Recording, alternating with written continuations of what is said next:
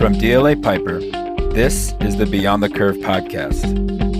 In this episode, DLA Piper attorneys Ute Krudewagen, Hélène Bogaard, and Jolink discuss what companies should consider when implementing a global reduction in force, including balancing global timelines with country-specific requirements.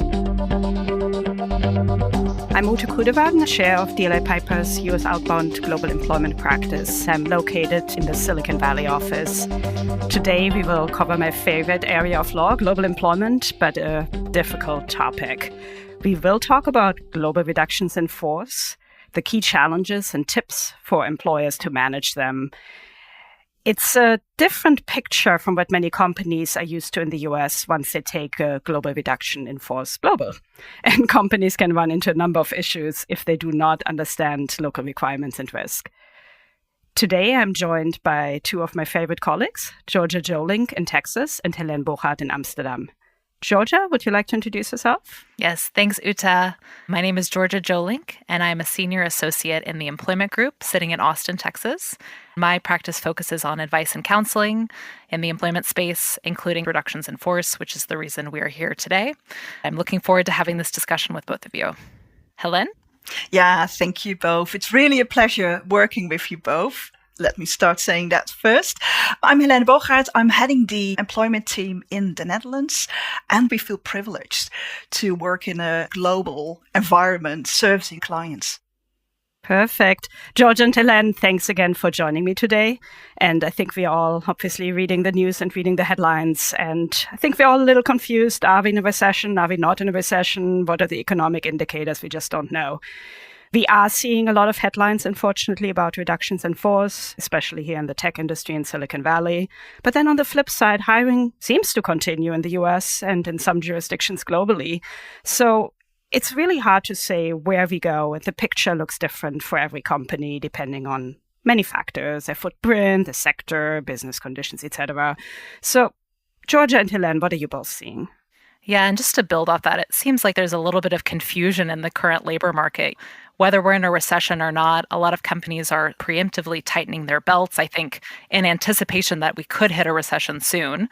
The latest U.S. jobs report far exceeded analysts' expectations, and yet we are seeing companies still really cautious and even pausing or stopping hiring altogether, which is a really different picture from where we were a year ago when companies couldn't hire fast enough. It was certainly an employee's market to choose. As Ute mentioned, tech companies are making headlines every time they make any sort of reduction in force or hiring pause, but it's certainly not limited to tech. We're seeing pullbacks and layoffs in other industries, retail, hospitality, manufacturing, and others. So it's certainly hitting a lot of different industries, and we anticipate that other companies in the future are going to be considering or actually implementing reductions. Yeah, and I definitely agree with what you all just said. So on the one hand, we see the startups, or should I say investors, that nowadays appears to decide earlier than we used to see to shut down if results are below expectations. And on the other hand, we see the companies which have matured and are in the phase of right-sizing. And of course, all this is happening in the shadow of the COVID-19 pandemic, which is ongoing. When the pandemic first started, companies were forced to send employees home because of local regulations and safety measures. And now a lot of those employees have gotten used to working from home, and companies have decided remote work works very well. So you need to think about, when you're implementing a reduction in force, where are your employees actually located? And we see that impact really in two major ways. The first is, let's take the US, for example. If an employee is now working from home, not coming into an office, you need to think about where they're reporting into for laws like the US WARN Act, which, when you're looking at employee thresholds for whether there's been a mass layoff under the WARN Act, you need to think about where that employee is reporting into for a single site of establishment. Otherwise, you may not trigger the threshold, or you could trigger it and not give the proper notice, which can lead up to 60 days back pay, which can get very expensive depending on how many employees are impacted. Another consideration, what if your employee isn't just working from home, but they've migrated to another country? They've been there for months, maybe even a few years, and now you serve them with a dismissal notice and they decide, hey, I'd love to take advantage of, say, Italy's more protective employment laws. So it's really important to get where your employees are actually located, what site do they report into, and things like that before you get started with actually making these terminations. Thanks, Georgia. So ready to talk about Italian employment laws here. So Let's jump to the biggest challenges that companies are running into when they're considering implementing a global RIF. And I could list a whole slew of issues here that clients are really, and have a right to be, concerned and confused and stressed about. Things like mandatory selection criteria, consultations with unions and works councils, and different mass layoff triggers depending where you are, documents that need to be wet signed, and I can pick on my dear own home country, Germany here. So it's not easy. And obviously the concept of at will that we are used to here, which we know isn't that clean in the US either, but we do not find that concept anywhere else internationally. So it's getting difficult once you take this global. So let's turn this over to our European participant, Hélène. What's the biggest challenge that you see? Yeah, it's prepare. No, honestly, it's all about planning and gathering all relevant information. It is so key. For example, just to give you an idea, how many employees does the relevant business entity have? How are they employed? It's a permanent or a fixed-term employment contract? Are employees still in a probationary period? Are they contractors? If so, how many? Are there any temporary agency workers? And also, what date are you envisaging to have the terminations completed? Is it feasible with applicable notice periods? But also, let's not forget about the time that it takes to negotiate. And also practically, when is the holiday season in that specific jurisdictions or in many jurisdictions? National holidays, bridge days. And another important topic, and of course much more to come, but definitely this is one of the hot topics, so to say. What is the business rationale? Is it solid? Is it sound? And if we compare the US with other countries, what we see outside the US, those reductions in force can really be more expensive, more complex, and more lengthy, depending on the jurisdictions that are involved. And also there are huge differences in the termination rules and regulations in the various European countries. Unfortunately, not one law, one legislation we can rely on. And the differences are significant in numerous areas. So, for example, ranging from business justifications and consultation and notification obligations to timelines and selections of employees. Thanks, Hélène. And I think you raise a great point here, which is planning and timelines. And we talk about timelines quite a bit. And considering how I've spent my summer, I don't think investors really cared that it was summer in Europe and that people may not be there to receive the termination notices. But I think what we've all learned, and which is really the first thing I tell clients, it does take longer internationally. Yeah. However well you prepared you are, however great your lawyers are, it takes longer than it does here in the US. And what also differs is this day one, the D-Day, the announcement day, where you tell the world and the remaining workforce it's done and everybody was notified. That unfortunately doesn't really translate because we have all these additional international requirements. So turning it back to Georgia here to talk about the timeline considerations in a bit more detail and how we as employment counsel, as you as HR professionals or in-house employment lawyers can help through this process. Sure. Well, I know, Ute, we've received multiple emails in the past couple months where a client will say, hey, unfortunately, we're considering some reductions. This is the date we're going to terminate people. And we have to say, wait, we need to actually think about that before you pick the date. If there's not flexibility there, we try to work with people as we can. But that D-Day, that day one, is just not going to translate the same way everywhere. In the US, barring any collective agreement or WARN notice obligations, employees can be notified of termination and terminated on that very same day. The process can be fairly abbreviated. But in a lot of countries, and I'll pick France, for instance, you can't even have a dismissal conversation with an employee until you first invited them to a pre-dismissal meeting. And that takes several days. And you have to invite them in a specific way to make sure they've been served properly. Otherwise, that invitation is invalid and you have to start over. Then you have to have the pre-dismissal meeting. You can't say during the pre-dismissal meeting that they've been terminated, only that you're considering a dismissal. Then several more days must pass, and then you can notify the employee that they're being dismissed. And that entire process can take several weeks. So if you're wanting to exit someone on day one everywhere, in France, day one might just be the day they get that invitation to meet with you about potentially being dismissed.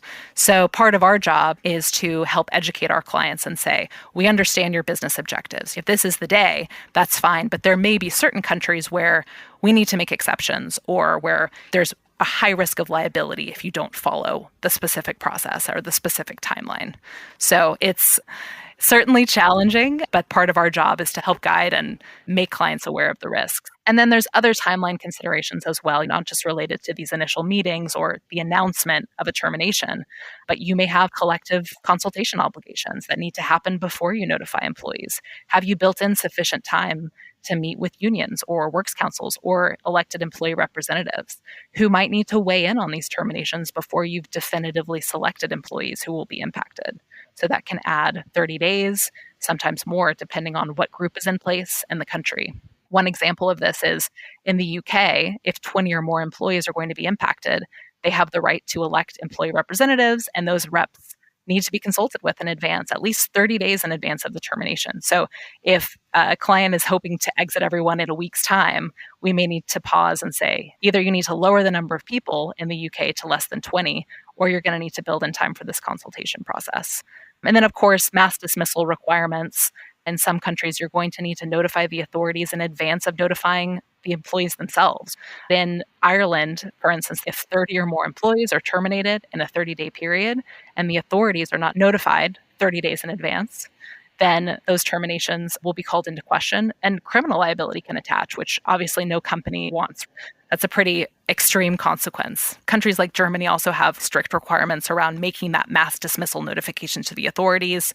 The consequence in Germany is if you don't do it in a timely manner, all employees who are on your impacted list will be reinstated with back pay. So again, not a great result if what you're trying to do is exit employees.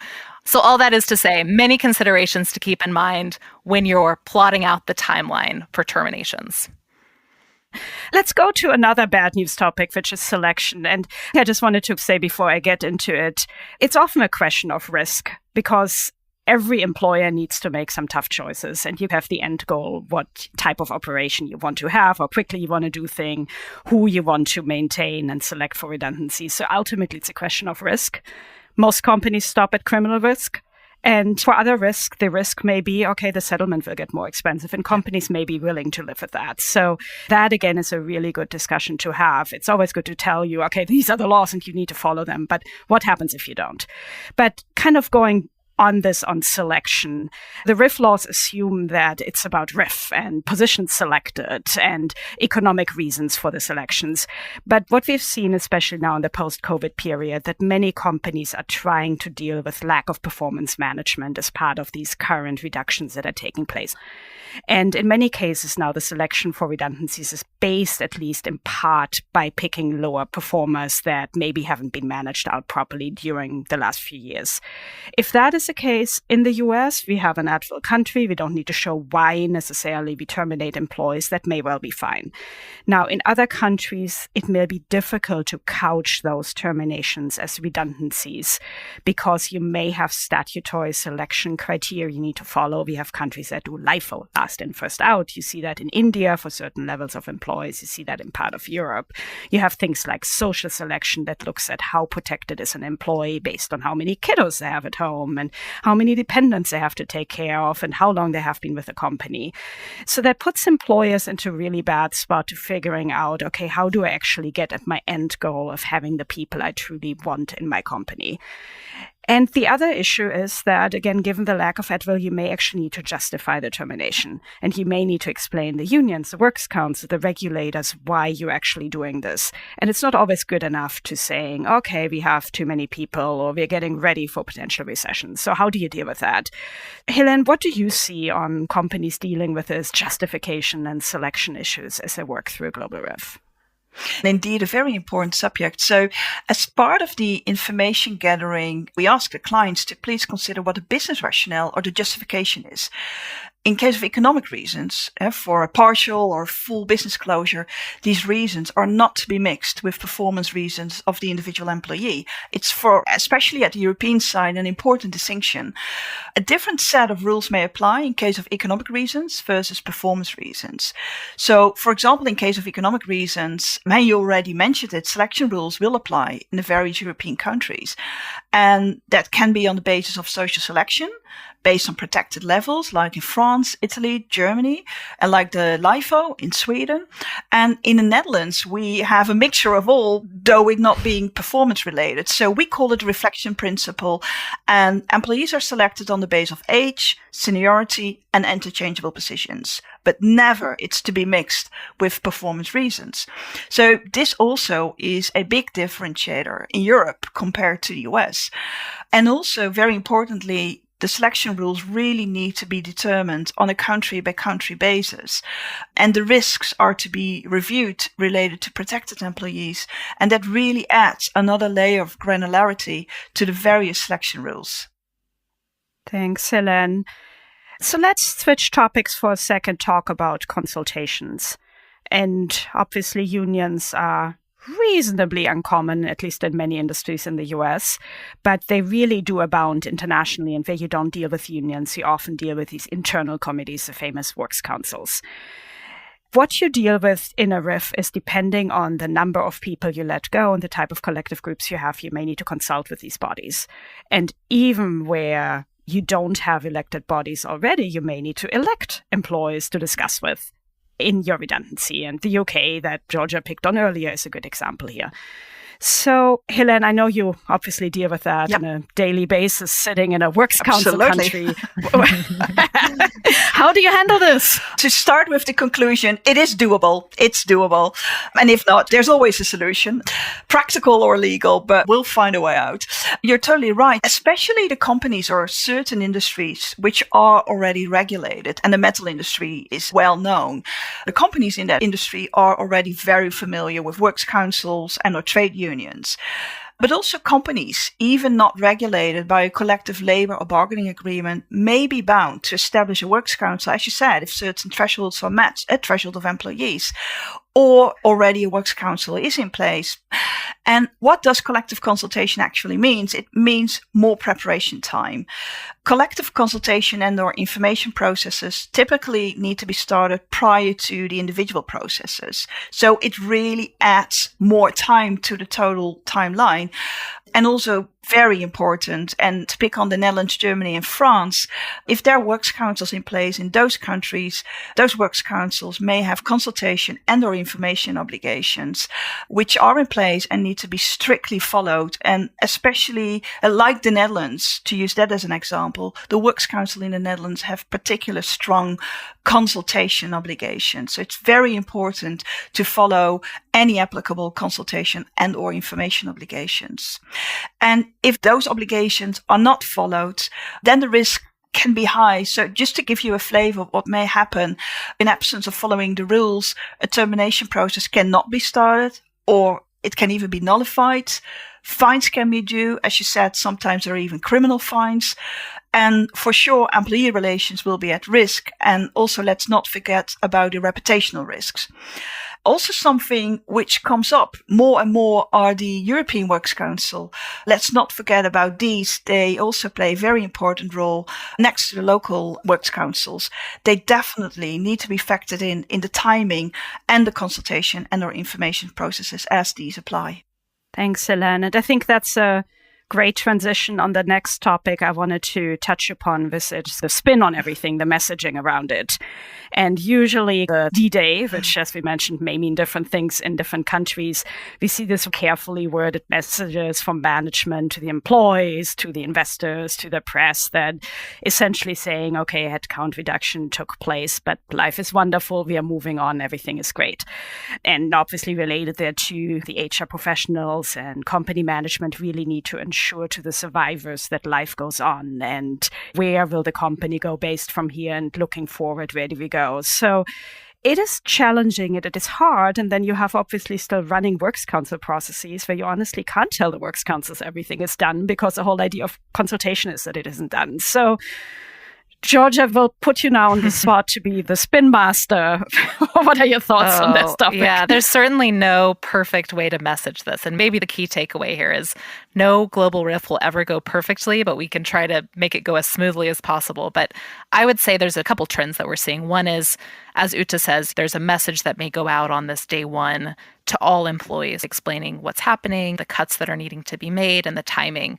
And then after that, messaging would go out to both the impacted employees, the ones who will be eventually terminated, as well as those who are staying behind, trying to give maybe some comfort to them that their jobs are not impacted and giving them a source of contact if they have questions about that.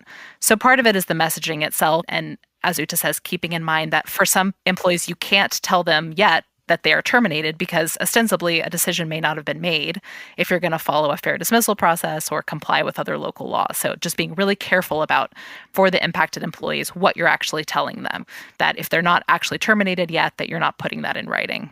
There's obviously concerns too. Once that messaging gets out, once employees know, even if they haven't formally been terminated yet, if they suspect a termination is coming, what are companies supposed to do to protect themselves from things like employees complaining to the press or potentially taking confidential company information? So there's a trend lately of companies wanting to immediately shut off IT access, even if employees are still in that consultation or pre-dismissal process. And obviously, that can carry a lot of risk, both from a legal perspective and an employee relations standpoint. If an employee is notified that they're terminated and their email is cut off immediately, that's going to lead to some pretty bad feelings.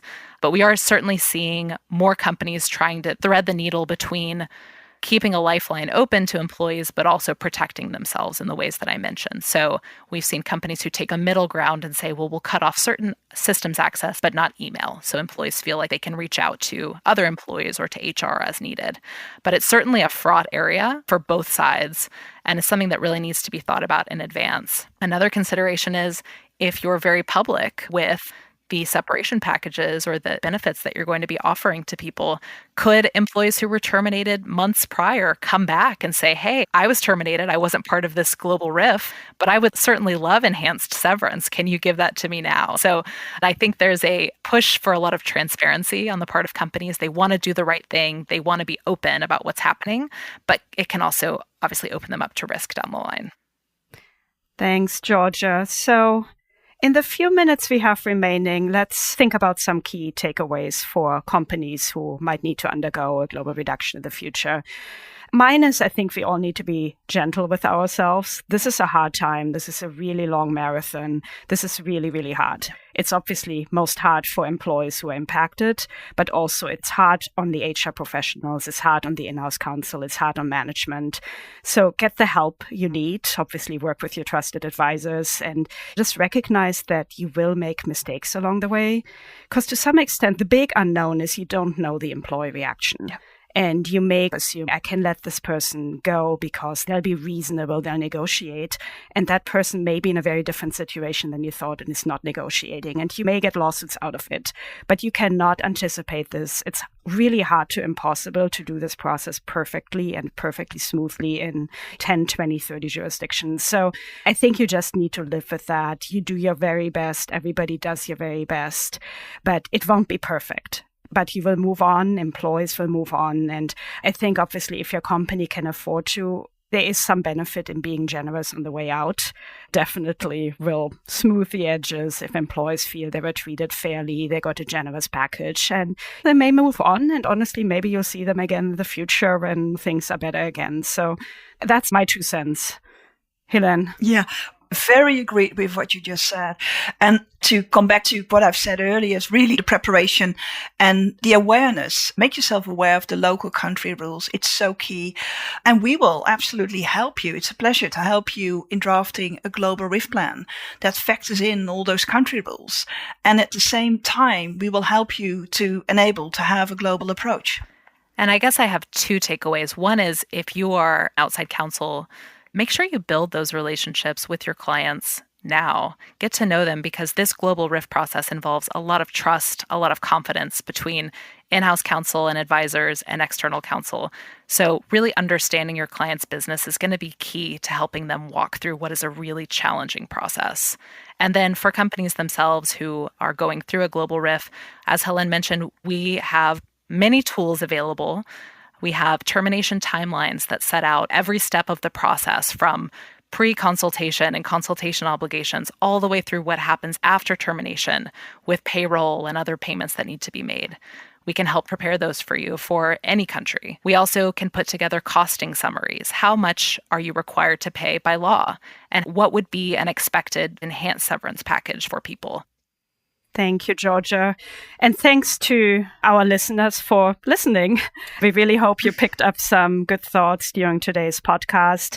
Watch out for any future global employment law topics in our podcast series. And of course, let us know if there's anything specifically that you would find helpful. And of course, thank you for Georgia and Hélène for joining me today. Thanks, everybody. Thank you. Thank you. Thank you for listening to DLA Piper's Beyond the Curve podcast. All information, content, and materials contained in this podcast are for general informational purposes only. This podcast is intended to be a general overview of the subjects discussed and does not create a lawyer-client relationship. Statements and opinions are those of the individual speakers and participants, and do not necessarily reflect the policies or opinions of DLA Piper, LLP US. The information contained in this podcast is not and should not be used as a substitute for legal advice. No listener should act or refrain from acting with respect to any particular legal matter on the basis of this podcast without first seeking legal advice from counsel in the relevant jurisdiction.